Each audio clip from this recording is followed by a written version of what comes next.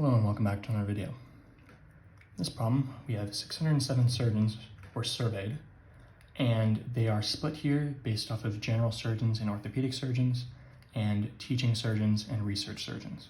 The totals also listed. And we're asked if we have a surgeon selected at random, which of the following is closest to the probability that this selected surgeon is an orthopedic surgeon whose indicated professional activity is research.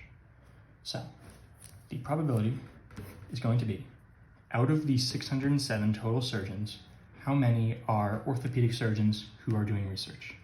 Well, the orthopedic line is right here, and research is right here. So where they meet is this cell right here, which tells us that there is 74 orthopedic surgeons who are doing research. Again, you just line up orthopedic to research, and just find the cell where they meet. So it's going to give us 74 over 607. This is the probability that out of all the surgeons, it's an orthopedic surgeon whose indicated professional activity is research.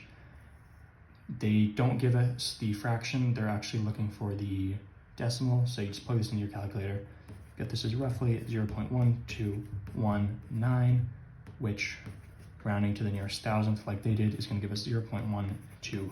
So this is equal to A, which is going to be your final answer.